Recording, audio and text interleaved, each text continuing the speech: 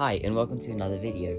Today is the next installation of our EEVEELUTIONS series. Today I'm doing the electric type Pokemon Jolteon. For Jolteon, I wanted her to be kind of alternative, so for her style I'm choosing a 2000s to 2010s grunge and scene style. I really like this look, but I have modified it a bit to fit my art style and give it a modern twist. Let's go! I'm starting with Scare Screams as a base. I really liked her angular features and strong sculpt, as I thought that it matched the spiky design of Jolteon. I'm beginning by removing the face with acetone and trimming the hair short.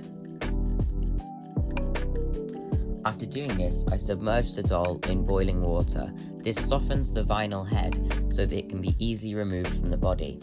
I then go in by the neck peg to remove the hair plugs from the inside with a pair of needle nose pliers.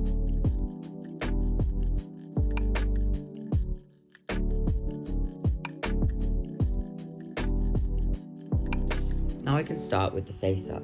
After spraying the face with 2 coats of Mr. Super Clear UV Cut Flat, I lay down the base design of what I want the face to look like with a simple HB pencil. After that, I can start blushing the face with orange tones. I use this instead of red because it matches the yellow colour palette more. Also, don't worry, you didn't miss anything.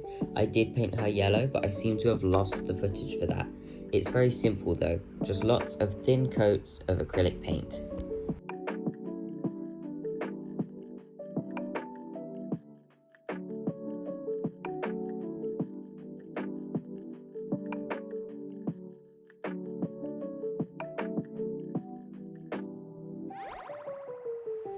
Now it's time for painting. I go in with white acrylic paint and fill in the scleras. I make sure to do this first so that I don't rough up the lines of the irises when I'm putting in the whites. Now time for eyeliner. I've been getting really confident with eyeliner lately, so I thought I'd try a more complex style. Here I'm using a fine brush with black acrylic paint and just filling in the lines I've already drawn.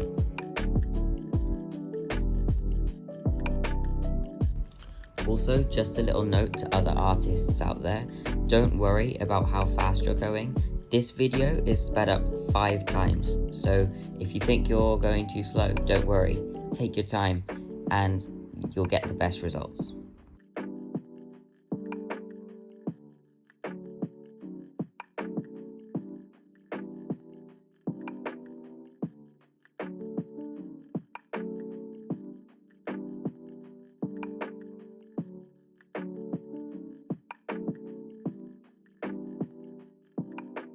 And here I'm just cleaning up the lines that aren't as sharp as I'd like them to be with the same yellow I used for the doll's skin. Here I've filled in her irises with a dark yellow and her eyebrows with brown. I made sure to make the eyebrows super thin, just as they were in the 2000s. Now I give the doll eyeshadow with light purple metallic paint. I make sure to do thin layers so it doesn't look too bold. Although I really enjoyed making my mini-me in the previous video, it's very nice to return back to my classic, more drag style with the big eyeliner and really high up eyebrows. I just find it really fun.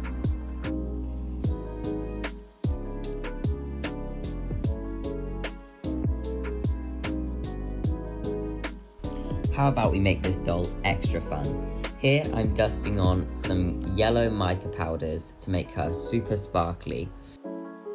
If you don't know, mica powder is a really fine type of glitter that you can barely see the particles of, but they catch the light very well.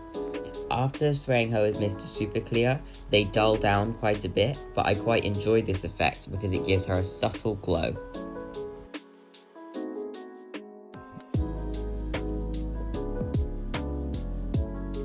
Here I have pre-prepared some yellow and white wefts by brushing out yarn and then straightening it. I can then glue these wefts down to the head, starting at the nape of the neck and working my way up.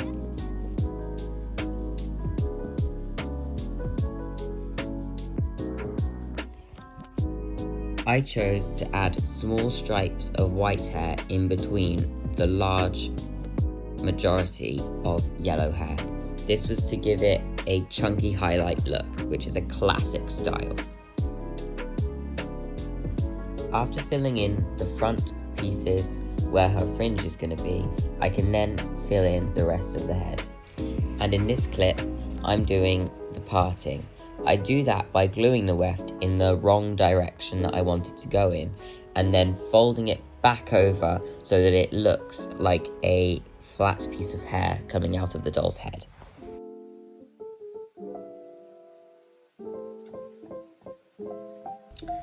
There's a bit of a jump here, but now we're going to go on to styling the hair. Now this is where I think that the American word for a fringe, bangs, fits in a bit more. Instead of a uniform piece over her forehead, we're going for spiky strands over her face. Although I love the doll, in all honesty, Jolteon is probably one of my least favourite EEVEELUTIONs in the group, but this was a proper passion project for me because I grew up in the 2010s, so to do this was very nostalgic because everyone had these types of hairstyles and it was just really fun to do.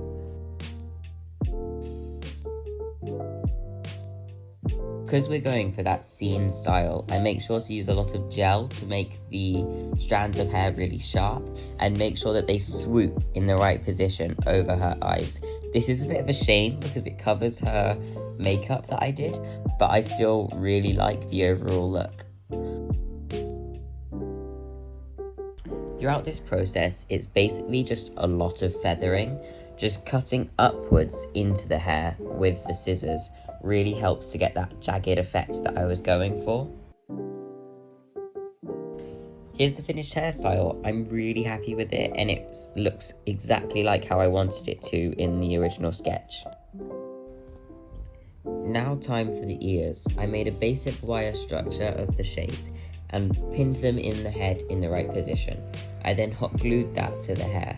I wanted to keep them lightweight, so I also filled in the frame of wire with hot glue instead of the expensive and heavy epoxy sculpt. I wanted to make sure the ears were positioned correctly,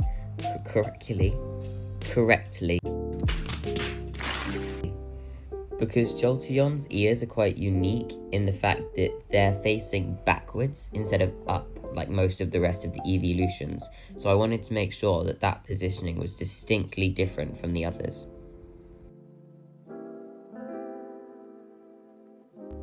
Now, after filling the frame with hot glue, I can then add the details with epoxy sculpt.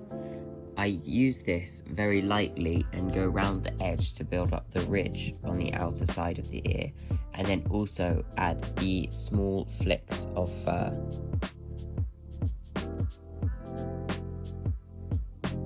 Now time to paint. I paint the outside and sides of the ear with the same yellow I did the skin tone, and then the insides of the ear with a very, very dark purple. I only do a very light paint job for this because I'll be covering the ear with fur anyway. And here I am about to do that. I'm using a technique called flocking, which is where you use small cuttings of fibres, usually from wool or yarn, and then press it onto a surface that is coated in glue. This is the same way that they do shaven hair effects on Monster High and Ever After High dolls. Also, while I've got you here, if you're enjoying the video so far, please consider giving it a like and subscribing to my channel. It means a lot and helps me continue to make more content just like this. Now for the tail. First, I need to find a place to put it. So to do this, I heat up a thick needle with a lighter and stab it into the back of the doll. I prefer to do it this way than using a drill because sometimes you can lose control of a drill, whereas with a needle you know exactly what you're doing. I then widen this gap with an X-Acto knife later. Now for the tail itself. I sandwiched the wire frame in between two pieces of yellow knit fabric. I do this by coating both sides of the fabric in fabric glue and then pressing it down very hard so that it sticks around. Then I do a whip stitch around the wire pieces and can cut off the excess fabric.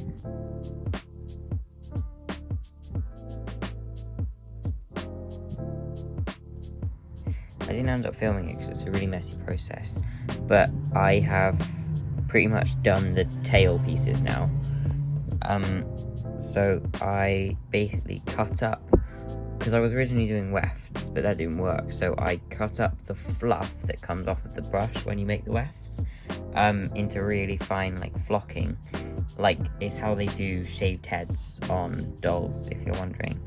And yeah, so I basically have just put 2 layers of fluff on the tail things. They're still drying, so I'm going to clean them up in a bit, but I think they look really good and fluffy, so I'm going to leave them like that, because in my brain, Jolteon is like a short hair Pokemon, like a really short haired cat is the kind of vibes I get from Jolteon, so I think a really fine fluff is going to work really well. So I will show you when they're dry. Now for the hands. For this one I wanted to modify the hands slightly. So to get that proper scene style, I needed the classic pose of a peace hand sign and a claw. So I tried that by taking one hand from Claudine and the other from the original doll that I'm using.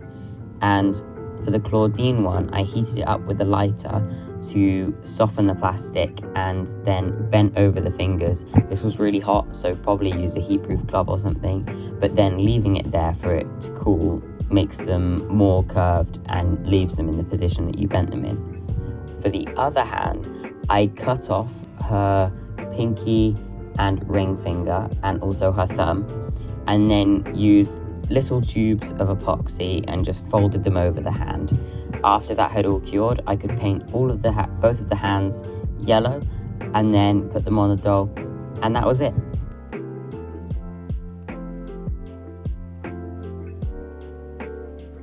For the outfit, I wanted it to still be pretty simple because I liked the way I stylized the doll and didn't want to overshadow that.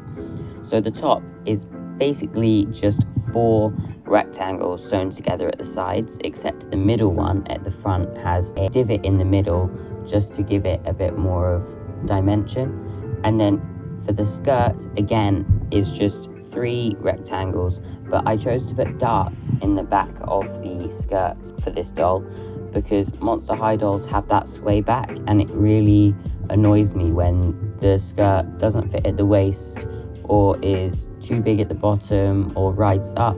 So I tried to contour it more to the shape of the doll. So here you can see me putting in the dart. A dart is fairly simple. It's a diagonal line perpendicular to the top of the edge of the seam edge. You do the diagonal line across from the top of the seam edge down to the side that you have folded over.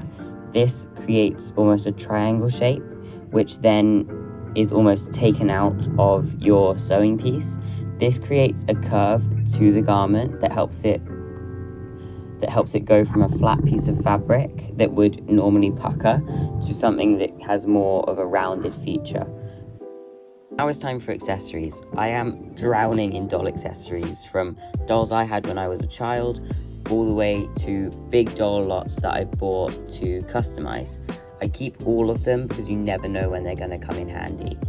I was thinking of giving her some glasses because in the scene style, a lot of people do wear fake frame glasses, but I wasn't sure if it would crowd the design too much, and when I tried them on, I wasn't too keen, so I chose not to.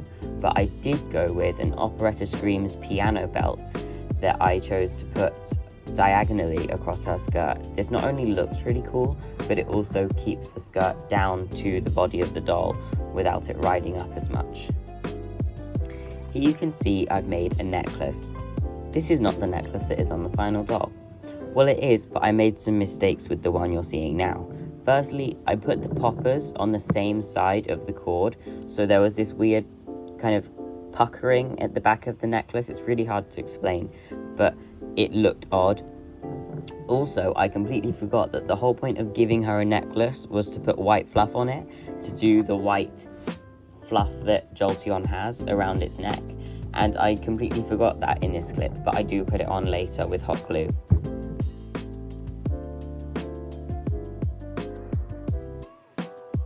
Doll shoes, my old nemesis. As you'll know from my channel, I do not like making doll shoes. I find them complicated, I can't wrap my head around it, but these shoes, wow, I am so proud of these shoes. I started off with 2 equal parts of epoxy sculpt and started molding them onto her feet.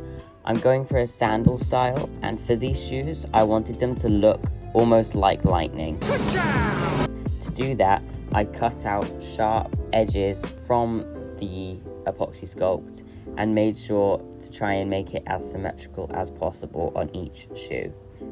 I made sure to imprint the foot into the clay as much as possible so that they would sit comfortably. Also, if you're wondering, all Monster High feet are exactly the same, so I'm using Claudine here as a mannequin, so I don't ruin the paint job of my original doll.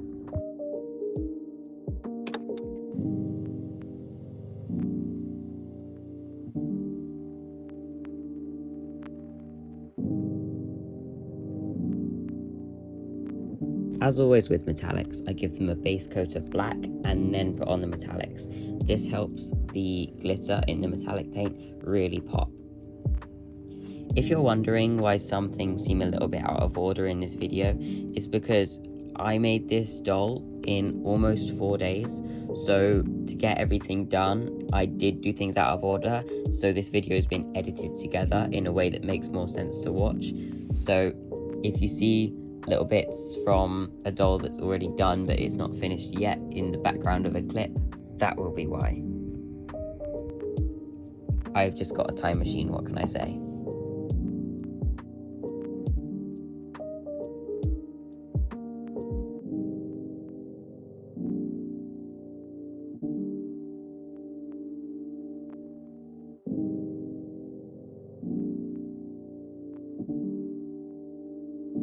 Now comes the difficult and confusing bit, and the reason why I still struggled with these shoes even though I like them.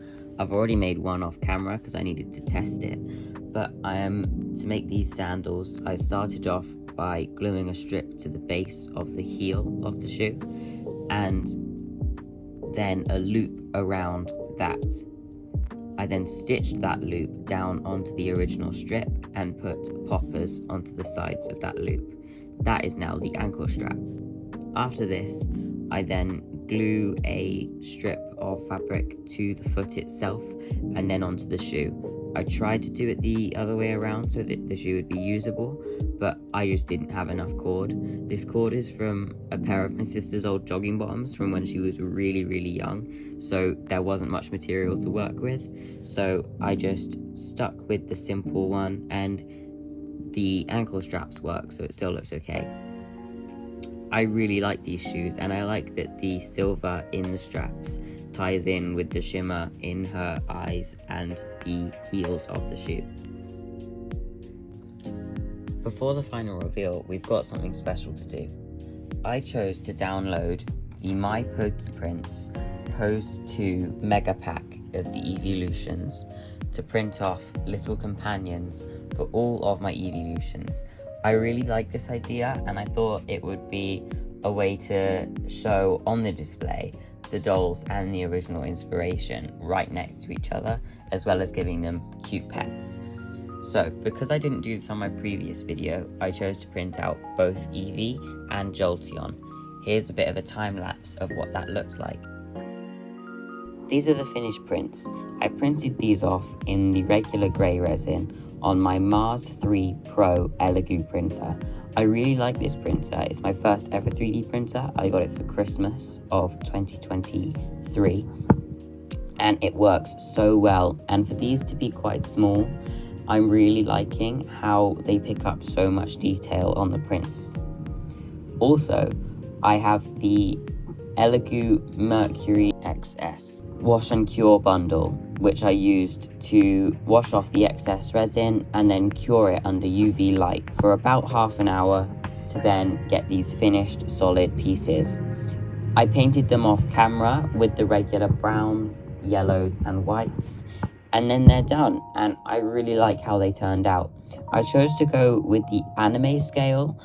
I really wanted to follow the Pokédex scale, but against a human, they're about 3 feet tall, and to do that on a doll scale would, one, mean they're huge and it would take up a lot of resin, but also they wouldn't fit on my printer. The Mars 3 Pro is quite a small printer, so they just wouldn't have fit to scale with a doll, and I prefer the way they look smaller, so I did end up going with the Pokemon anime scale, and I really like how they turned out.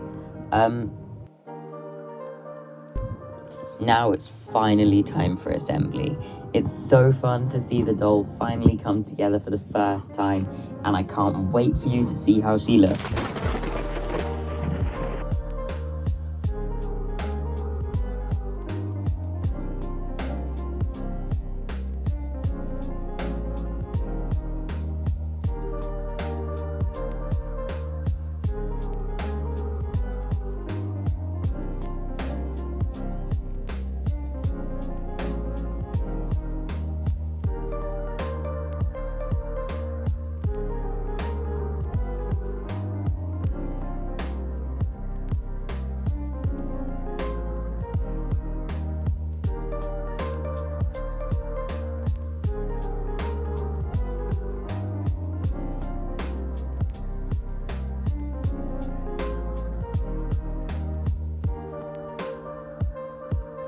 Thank you guys so much for watching. Don't forget to like, comment and subscribe, and I'll see you in the next video. Bye!